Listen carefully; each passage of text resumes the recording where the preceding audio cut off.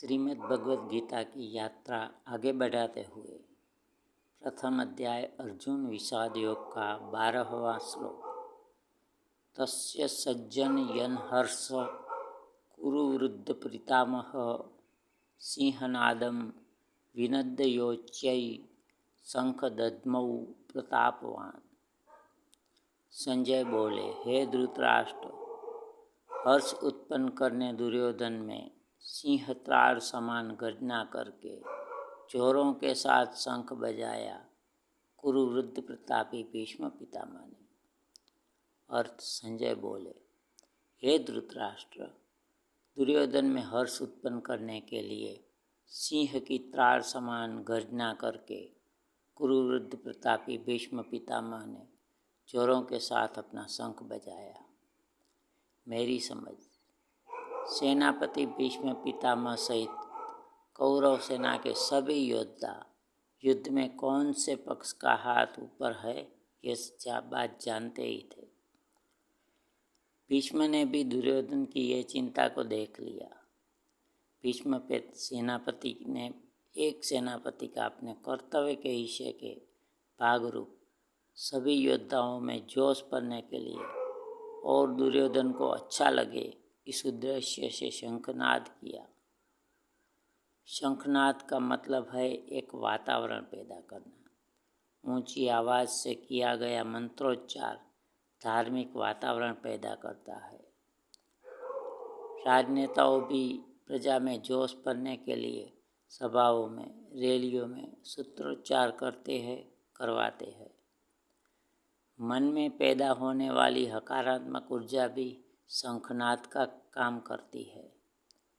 ये शंखनाद हमारे विश्वास को दृढ़ करता है, मन को मजबूत करता है और शरीर के माध्यम से व्यक्त भी हो जाता है। श्लोक नंबर 13।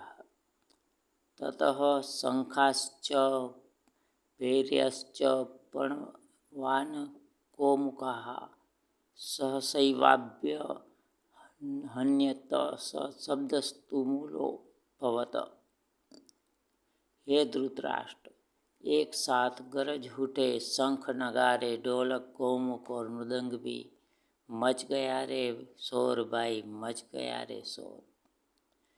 हे धृतराष्ट्र, शंख, नगारे, ढोलक, गोमुख और मृदंग एक साथ गरजने से पूरे युद्ध मैदान में भयानक शोर मच गया। मेरी समाज, असामान्य परिस्थिति में हमारे मन में उठते शंखनाद के साथ ही प्रतिक्रिया स्वरूप हमारा श्वासोश्वास तेज हो जाते हैं, शरीर के रोंगटे भी खड़े हो जाते हैं और स्नायु भी तंग हो जाते हैं। कभी कभी शरीर में मचा हुआ ये शोर ईंधन का काम भी करता है। श्लोक नंबर 14।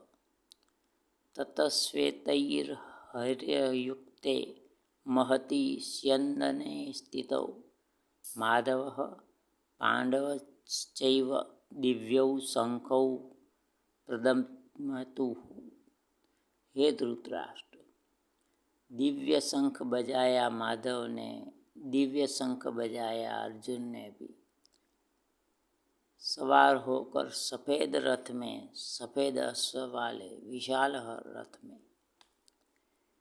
हे धृतराष्ट्र, माधव ने और अर्जुन ने सफ़ेद रथ और सफ़ेद अश्व वाले विशाल रथ में सवार होकर अपने अपने दिव्य शंख बजाए। मेरी समझ, श्री कृष्ण और अर्जुन द्वारा किया गया शंखनाद क्रिया के सामने की गई प्रतिक्रिया है। अपना मन भी शरीर के माध्यम से प्रतिक्रिया देता ही रहता है। हर एक क्रिया के सामने प्रतिक्रिया होती ही है। कई बार हमने अनजाने में भी प्रतिक्रिया हो जाती है। प्रतिक्रिया हमारे 24 घंटे जागते चौकीदार मन को जागृति का और उनकी ताकत का उत्तम उदाहरण कह सकते हैं। हम जितनी अपने मन की ताकत को समझेंगे, मन की ताकत का अनुभव करेंगे, स्वीकार करेंगे, उतना ही हमारा जीवन सरल बनेगा। यहीं पे श्री कृष्ण को माधव के रूप में संबोधन किया गया है। उसका अर्थ होता है भाग्य का स्वामी। हर एक मनुष्य अपने भाग्य का स्वामी ही होता है। सवाल उन स्थिति का स्वीकार का है। स्वीकार करेंगे तो बनेंगे भी, अपने भाग्य के स्वामी अवश्य बनेंगे। अस्तु।